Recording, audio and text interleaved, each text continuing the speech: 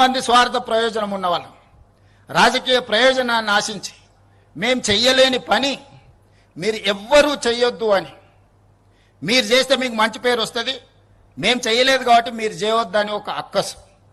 ఒక అక్క ఈ ప్రాంతం నుంచి 45 సంవత్సరాల కుటుంబం 100% రాజకీయ ప్రయోజనం పొందిండ్రు, అన్ని పదవులు అనుభవించారు.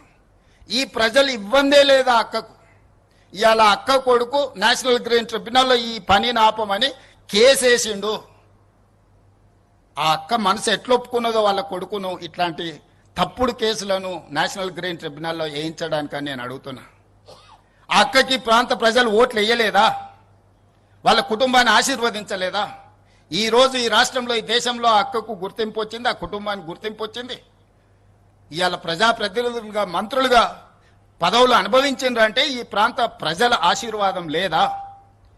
ఈ ప్రాంత ప్రజల ఆకాంక్షలకు వ్యతిరేకంగా ఈ ప్రాంత అభివృద్ధిని అడ్డుకోవడానికి నీ కన్న కొడుకే ఎన్జిటిలో కేసేస్తుంటే ప్రజాప్రతినిధిగా మీరు కొనసాగడానికి అర్హత ఉందా అని చెప్పి నేను ఆ అక్కని సందర్భంగా అడగదలుచుకున్నా. ఒకప్పుడు నాకు కూడా